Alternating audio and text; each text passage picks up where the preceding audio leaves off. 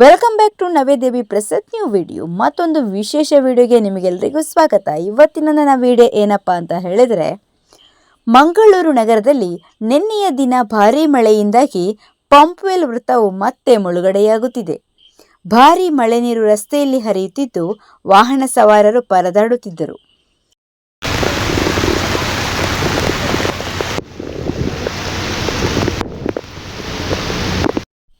Padil railway under ಪಾಸ್ನಲ್ಲಿಯೂ ರಸ್ತೆಯಲ್ಲಿ ನೀರು ತುಂಬಿ ವಾಹನ ಓಡಾಟಕ್ಕೆ ಅಡಚಣೆಯಾಗಿದೆ.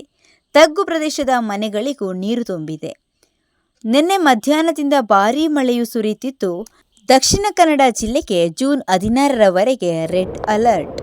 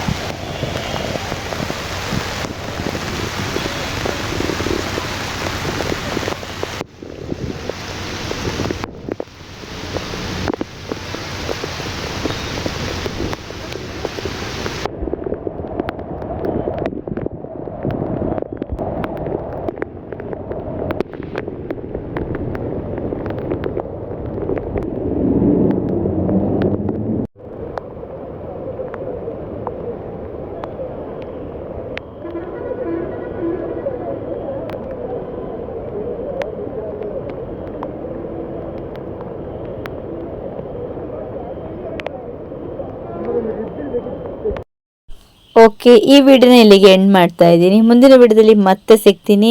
ಅಲ್ಲಿವರೆಗೂ ಬಾಯ್ ಬಾಯ್.